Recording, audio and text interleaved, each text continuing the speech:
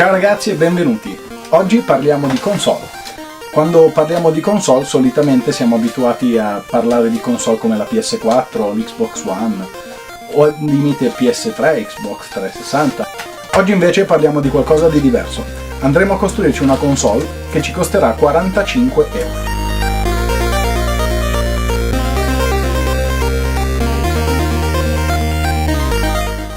Con questo sistema potremo emulare circa una cinquantina di macchine diverse, che includono Commodore, Amiga, ZX Spectrum, ColecoVision, tutte le vecchie console Nintendo, tutte le vecchie console Sega, Sony PlayStation, PSP, Neo Geo e Mano.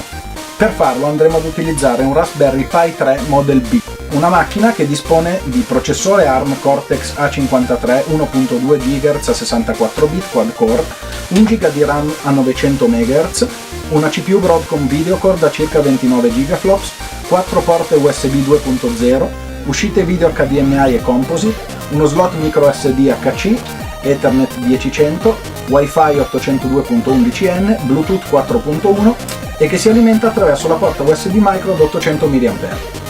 Il peso dell'unità è di circa 45 grammi. Andiamo a vedere tutto l'occorrente di cui avremo necessità per questo nostro piccolo progetto.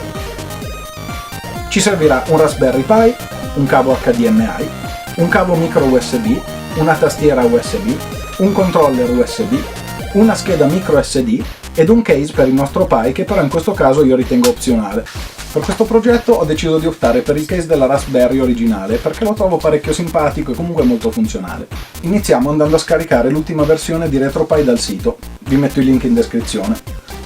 Scarichiamo quindi Win32 Disk Imager, inseriamo la nostra scheda SD nel computer, apriamo l'immagine di RetroPie ed andiamo a scriverla sulla scheda attraverso questo software. Terminato il processo andiamo ad inserire la scheda nel nostro Raspberry Pi. Colleghiamo il cavo HDMI, colleghiamo la tastiera, colleghiamo il controller e andiamo a collegare alla fine l'alimentatore micro USB che accenderà anche l'unità.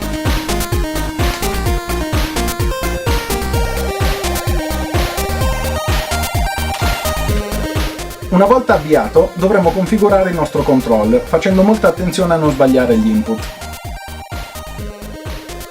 Fatto questo ci ritroviamo nell'interfaccia. Accedendo dal menu RetroPie andiamo a selezionare l'opzione Wi-Fi per collegarci alla nostra rete di casa. Selezioniamo l'SSID, mettiamo la nostra password e il gioco dovrebbe essere fatto. Collegata la nostra console alla rete possiamo trasferire le ROM dei nostri giochi. Oh, mi raccomando, le ROM sono legali ma soltanto se possedete i giochi in copia fisica, per cui fate vobis. Sul PC sarà sufficiente andare ad aprire una finestra di Windows e digitare //RetroPie per ritrovarci dentro al Samba Share della nostra console. Da qui sarà sufficiente inserire le ROM nelle rispettive cartelle per ogni sistema. Terminato il trasferimento torniamo sulla console e premiamo il tasto Start per riavviare l'interfaccia. Al riavvio, se tutto è andato come dovrebbe, dovreste ritrovarvi con tutti i vostri giochi dentro l'interfaccia del sistema. RetroPie è un sistema basato su Linux e quindi può essere abbastanza ostico da andare a manovrare. Sicuramente hanno fatto un ottimo lavoro questi ragazzi perché il software è solido, funziona bene e generalmente non ci dà intoppi. Però potrebbe essere che andando a giocarci per un po' vi ritroviate ad inceppare in qualche bug o qualche cosa che non funziona. Se così fosse, ricordatevi che RetroPie ha un ottimo supporto su internet e la base di utenza è gigantesca, per cui basta andare su Google, digitare il vostro problemino e troverete una marea di soluzioni pronte, visto che davvero ci sono tante persone che in questo momento stanno costruendo console basandosi su questo sistema. A questo punto la console è pronta, per cui se non vi dispiace io dovrei andare a giocare a Super Mario 3. Ciao, alla prossima ragazzi!